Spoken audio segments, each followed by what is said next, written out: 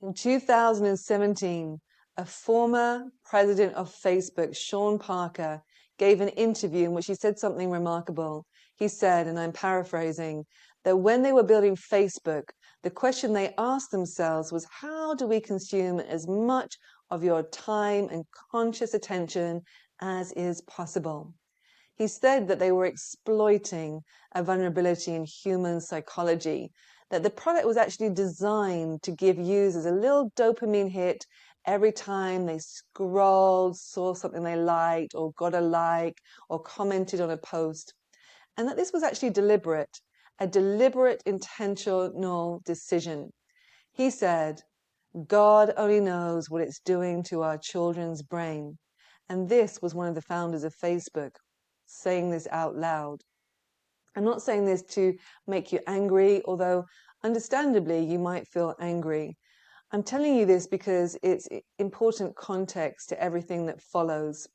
The platforms you use were not designed to connect you with the people you love and other people. That is the marketing. That is the business model. The business model is capturing your attention as much and for as long as possible. And it turns out it's most reliably captured through the same mechanisms that drive addiction. Variable reward, the unpredictable nature of what appears on your screen. It's the same principle as a slot machine, and it's very effective. You don't know if the next pull on the lever will be exciting or dull.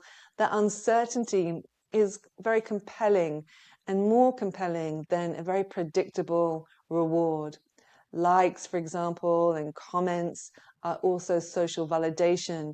They tap into our deepest evolutionary need to belong to our group.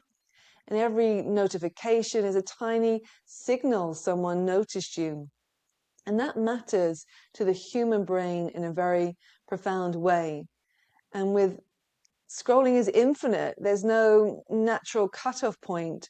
There's no moment when the platform says, okay, stop, that's enough. It just goes on and on and on, day and night, autoplay, suggested content. Even if you're not posting yourself, the algorithms know exactly what keeps your eyes on the screen for longer. And all of it is engineered and all of it is deliberate, as you probably already know. And Dr. Keith Humphreys, professor of psychiatry at Stanford, he's an addiction policy expert. He says plainly, there is no customer like an addicted customer.